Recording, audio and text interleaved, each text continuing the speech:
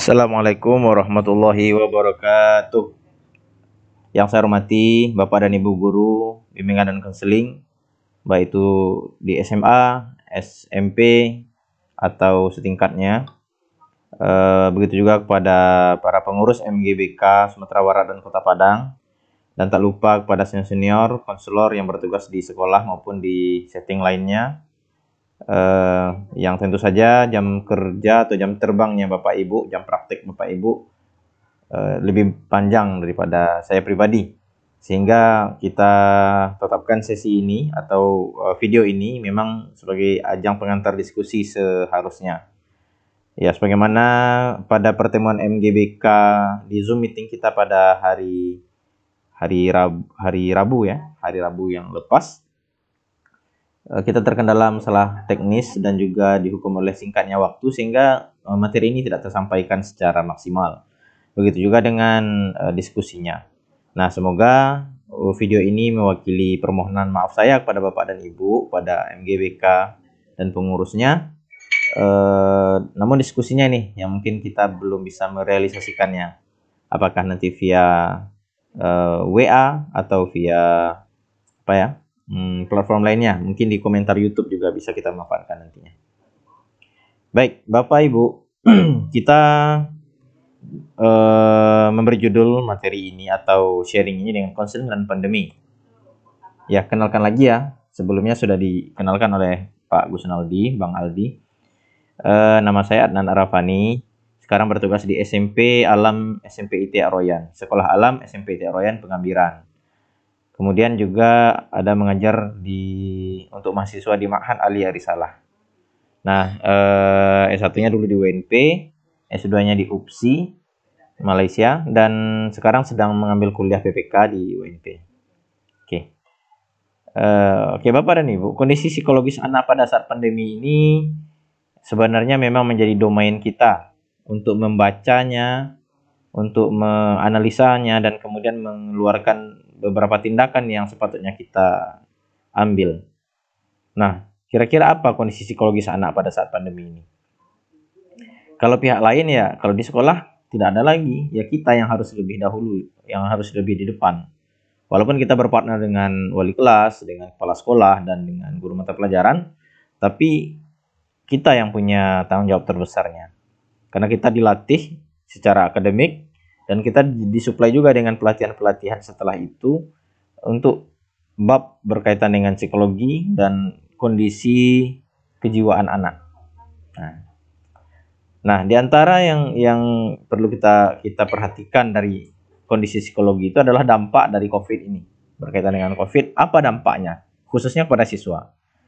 Yang pertama yang mungkin ini tidak bisa dibantah lagi ya Bapak Ibu, belajar tidak efektif. Ya, yang belajar formal itu tidak efektif lagi. Sebagian guru belum menguasai teknologi, nah itu menjadi salah satu penyebab. Ada guru yang perlu belajar dulu, perlu beradaptasi dulu. Namun sebagian lagi ada yang bisa berinovasi. Tapi tetap saja itu tidak efektif untuk mencapai tujuan pembelajaran. Apalagi kalau kita lihat sisi makna dari pendidikan ya. Kalau kita rujuk pada pengertian pendidikan di Sisdiknas. Ya, sangat tidak terakomodir dengan kondisi pembelajaran ketika COVID ini. Ada juga yang mengeluarkan statement bahwasanya kondisi sosial siswa itu saat ini, hubungan mereka itu ya tidak bisa bersosialisasi di sekolah. Yang awalnya ya temannya di sekolah, ya sekarang hanya di rumah gitu kan. Nah, ini ada benarnya, tapi tidak sepenuhnya juga. Karena mereka juga bikin pertemanan di rumahnya, ada teman-teman di sekitarnya. Karena kondisi kita tidak lockdown ya, tidak betul-betul PSBB total, terutama di Sumbar. Ya, mereka masih bisa bermain dengan teman-teman di sekitar komplek rumahnya, sekitar masjid dekat rumahnya, atau malah mereka bisa main futsal dan seterusnya. Jadi ini ya sebagian terdampak, sebagian tidak. Kemudian keterpaparan terhadap gadget dan internet itu menjadi melonjak drastis. Nah, ini juga undebatable, tidak bisa dipungkiri juga. Pembelajaran kan istilahnya daring, baik itu di kota, di desa. Di desa aja sudah masif juga pembelajaran daring. Karena internet pun cukup cukup menjangkau sebagian besar desa. Dan artinya mereka yang awalnya mungkin cuma sebentar main HP dalam sehari, karena kondisi dan alasan belajar, mereka lebih banyak terpapar dengan internet dan gadget. Nah, efeknya ini ada lagi. Nah, cuma ini yang efek pertama dari efek ini, dari keterpaparannya yang melonjak drastis ini terhadap gadget dengan internet, ada lagi dampak lainnya. Nah, ini yang nanti kita bahas. Kemudian ada juga yang agak kepikiran terhadap UN atau naik kelas. Ya, anak-anak yang study oriented, yang memikirkan nilai sedikit lebih serius dibanding kawan-kawan yang lain, maka mereka melihat UN dan naik kelas itu adalah hal yang sangat penting. Sehingga adalah kecemasan, sedikit tertekan dengan tidak maksimalnya belajar, tidak ngerti, sehingga harus cari-cari tutorial di YouTube atau WA gurunya, atau mungkin ada yang dipersilahkan datang ke sekolah.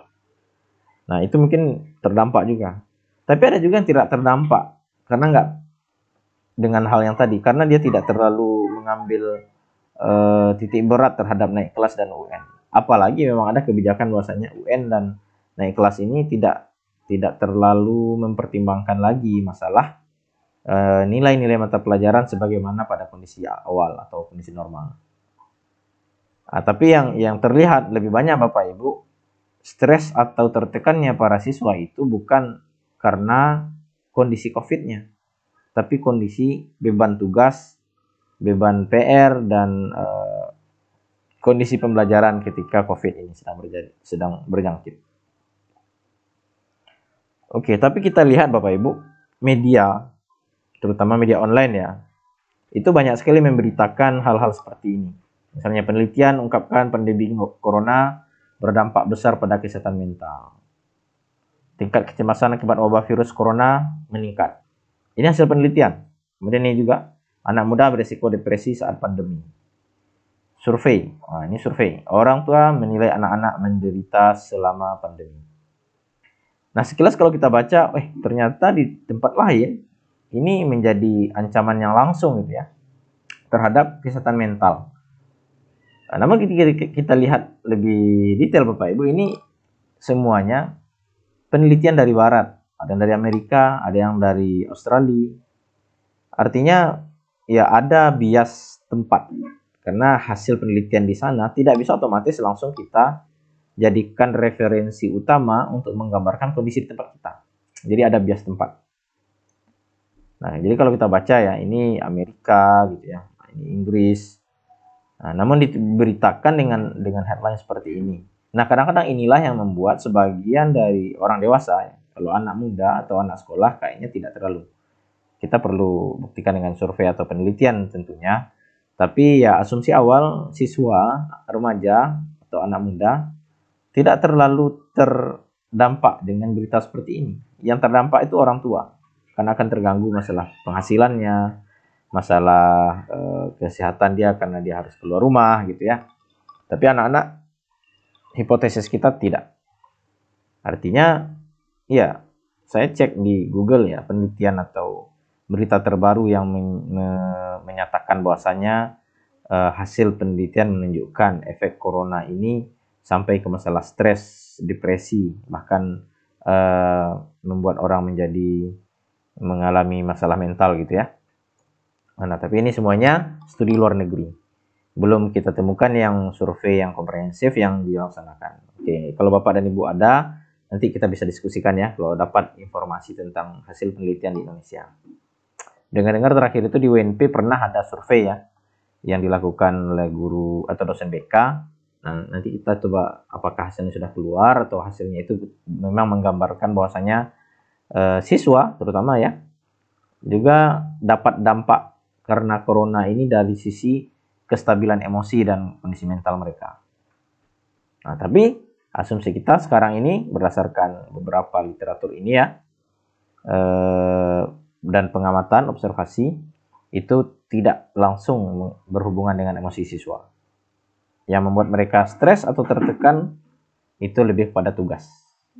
Nah, Bapak Ibu, Nah, kita juga perlu coba lihat cek negara sebelah, negara tetangga kita. Mereka di sana menjalankan kebijakan pemerintahnya namanya MCO atau PKP.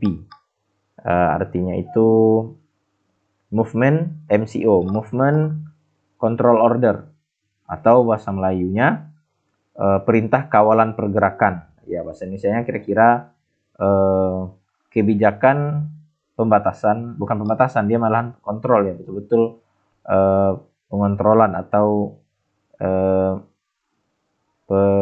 pengontrolan perintah atau ya surat perintah untuk mengontrol pergerakan. Kontrolnya itu sangat ketat, sehingga satu rumah itu memang harus berkumpul seluruh kakaknya.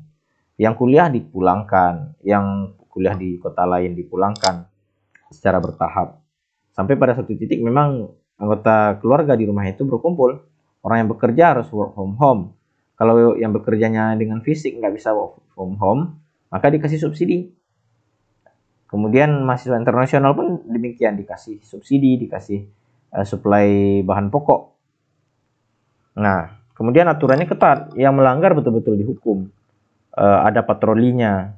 Bahkan ya, ada di tempat saya kuliah itu perbatasan satu provinsi dengan provinsi lain, negeri Perak dengan negeri Selangor. Perbatasan, jadi kami biasanya kalau kami tinggalnya di daerah Selangor, tapi pergi ke pasarnya, pasar malamnya, itu lewat satu jembatan ya langsung sampai di pasarnya provinsi sebelah, yaitu negeri Perak, Tanjung Malim. Kami dari Selangor, dari hulu Selangor. Ya paling cuma 1 kilo, dengan motor ya 5 menit kurang kadang-kadang. Nah, itu selama PKP ini tidak boleh sama sekali. Jadi ada satu tahap yang nggak boleh keluar. Kemudian ketika boleh keluar itu kontrolnya adalah yang boleh 1 orang aja, 1 kendaraan. Kalau mobil berarti 1 orang, dan diutamakan harus kepala keluarga. Kemudian itu memang polisi di setiap jalan itu ada razia, ada yang patroli, ada yang razia, sehingga betul-betul ketat. Dan mereka memang belajar online. Sementara waktu di sekolah, ketika PKP atau MCO ini sudah dihapuskan karena kondisi COVID-nya memang menurun, maka siswa itu bertahap masuk ke sekolah lagi, mulai dari kelas 5 dan 6 SD. Bulan Juni kalau tidak salah mulainya. Juli itu SMP dengan SMA udah masuk. Sehingga hari ini kata teman yang bertugas di sekolah di sana, semuanya sudah masuk. Semua tingkat sudah masuk kecuali kampus, mereka belajar online. Nah, protokol kesehatannya juga ketat ketika ke sekolah, dan kondisi nasionalnya mereka secara merata itu terkendali. Nah, jadi artinya kita bisa mengambil contoh dari sana atau bisa melihat bagaimana kebijakan di sana, tapi tidak bisa apple to apple atau tidak begitu tidak sama secara kongruen antara kondisi di sana dengan kita di sini. Jadi nggak sama ya, ukuran PKP-nya dengan PSBB itu tidak sama. PSBB di kita, PKP di Malaysia. Kemudian bagaimana kondisi belajar di Malaysia dengan kita juga berbeda. Tapi walaupun demikian, kita bisa ambil beberapa kebijakan dan kreativitas guru di sana. Di antaranya, guru itu Bapak Ibu didorong untuk mengakses kondisi psikologi siswa. Jadi mereka selama PKP tadi, ketika siswa di rumah dan guru itu juga di rumah, kondisi pembelajaran daring berjalan, guru itu ibaratnya ya mereka jadi surveyor semua. Jadi disiapkan alat tools atau instrumen untuk mengakses, untuk menilai atau melihat bagaimana kondisi psikologi siswa. Sehingga nampak grafiknya nanti mana yang agak tinggi tingkat stresnya, tingkat depresinya, tertekannya, kecemasannya, mana yang standar. Sehingga siswa yang memang membutuhkan penanganan khusus karena mereka ini terbukti dideteksi memiliki masalah yang lebih dari yang lain, maka dilakukanlah komunikasi langsung atau privat, di telepon, di video call atau WA gitu. Kemudian yang cukup ampuh juga mereka lakukan adalah menyiapkan modul aktivitas dengan keluarga. Jadi ada modul, ditugaskan siswa untuk menjalankan atau melaksanakan apa instruksi dalam modul itu, tapi isinya adalah untuk membuat hubungan dalam keluarga semakin erat dan kebosanan karena tinggal di dalam rumah itu berkurang.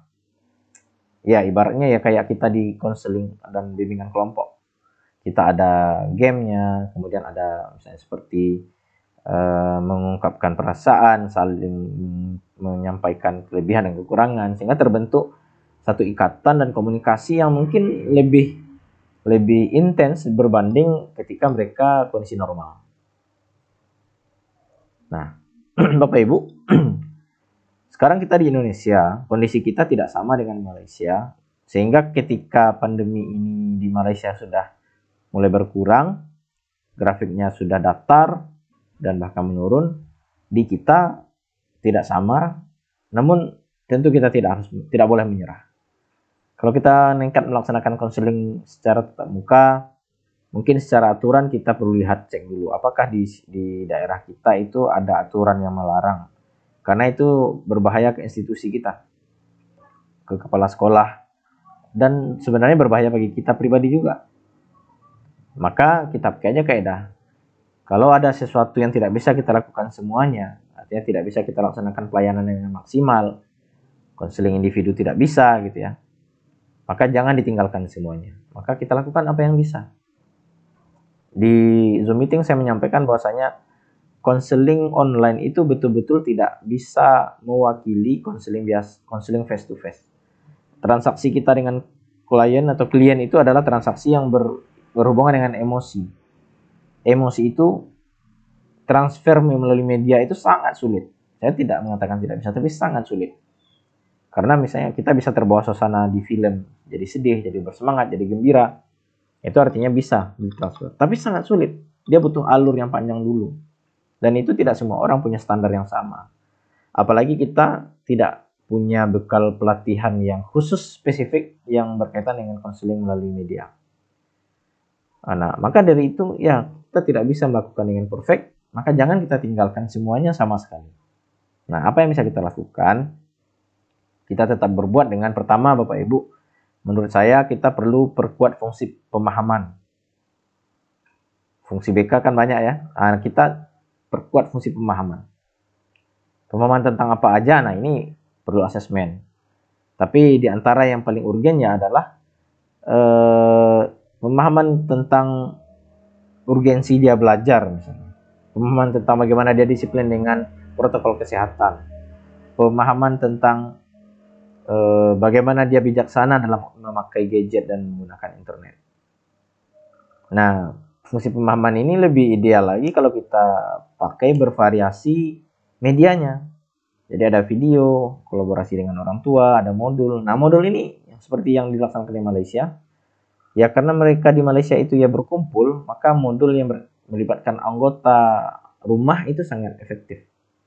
Nah, kita kan itu uniknya. Kita ini PSBB atau ada semacam kebijakan untuk bertujuan untuk mengurangi tersebarnya corona, tapi orang tua kan tetap bekerja, anak yang di rumah. Nah, tapi bisalah kita bikin yang settingnya itu ya mungkin 1 minggu itu 1 kali aja. Ya kita minta mereka sediakan waktu. Ya poin-poin utamanya adalah kita lihat dari biodata atau mungkin kita akses sebelumnya bagaimana kondisi rumah tangga itu. Kita buat kondisi rumah tangga itu lebih baik.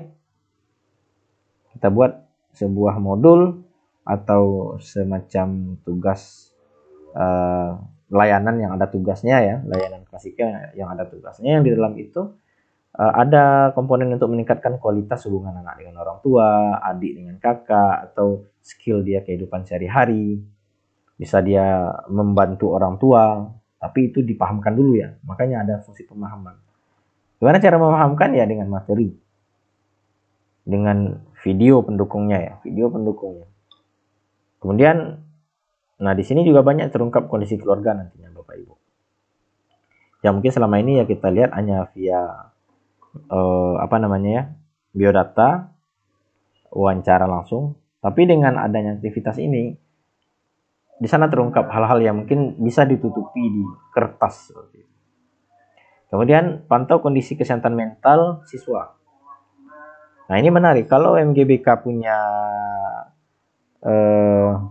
kesepakatan untuk bikin sebuah asesmen sendiri, sehingga kita bisa mengeluarkan informasi valid dan itu objektif karena kita guru BK ya, mengenai efek-efek atau kondisi-kondisi yang ada di siswa berkaitan dengan efek corona ini. Misalnya dengan HP, sosial media, game, exposure atau keterlibatan mereka dengan game online itu luar biasa.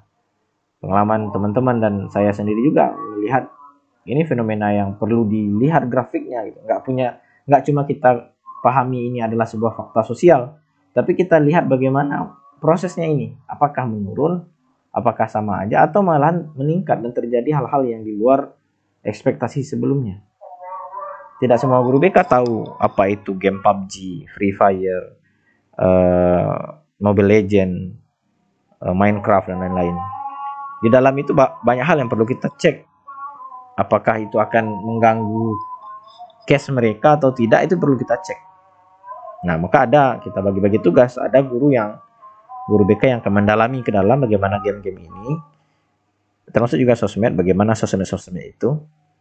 Kita perlu perhatikan bagaimana TikTok ini ke siswa ini, Bapak Ibu.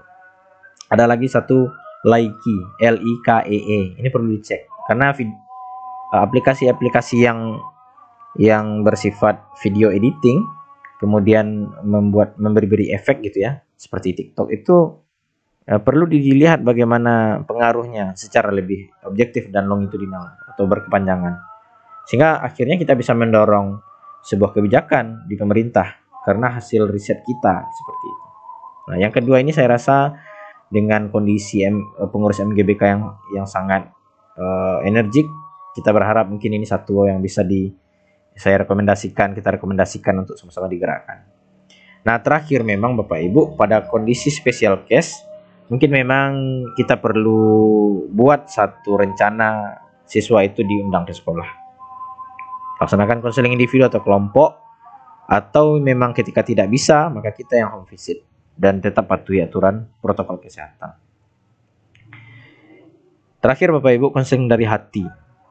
Kita menyadari bahwasanya dengan kita punya masalah juga, kita punya beban juga, tapi kita akan akan membuka diri kita untuk menerima tangan orang lain yang perlu dibantu, terutama siswa-siswa kita. Kita yakin dengan keimanan kita bahwasanya Rasulullah pernah bersabda, barang siapa yang menyelesaikan urusan mukmin dari berbagai kesulitan dunia, maka Allah akan menyelesaikan kesulitannya pada hari kiamat. Maka kita jadikanlah Bapak Ibu, mungkin kita nggak bisa ceramah, kita nggak paham tafsir, kita nggak bisa berdakwah formal, maka inilah dakwah kita. Orang yang berdakwah dengan orang yang berdakwah itu sangat berbeda. Orang yang hidup hanya untuk dirinya, hanya untuk dapat gaji, kehidupan keluarganya, nilainya di sisi Allah dan di sisi manusia berbeda dengan orang yang tidak hanya memikirkan dirinya, tapi juga memikirkan orang-orang di sekitarnya. Dan bagi kita guru BK itu tentunya siswa asuhan kita. Demikian saja Bapak Ibu, saya mohon maaf atas segala kekurangan, dan kalau ada pertanyaan kita bisa diskusi melalui WA. Kemudian juga kita bisa Bapak Ibu diskusi melalui YouTube di komentar YouTube. Nah, ini saya cantumkan nomor HP saya di sini. Kalau Bapak Ibu ada kesempatan untuk berhubungan langsung dengan media WhatsApp, maka itu sangat membuat saya bahagia sekali. 0852 7442 6629. Ini nomor HP saya ya Bapak Ibu. Silahkan kita saling berkomunikasi nantinya, sehingga terjalin silaturahmi, terbuka wawasan kita. Saya pun perlu mendengar bagaimana kondisi di sekolah Bapak Ibu sendiri. Baik, wabillahi taufiq wal hidayah. Assalamualaikum warahmatullahi wabarakatuh.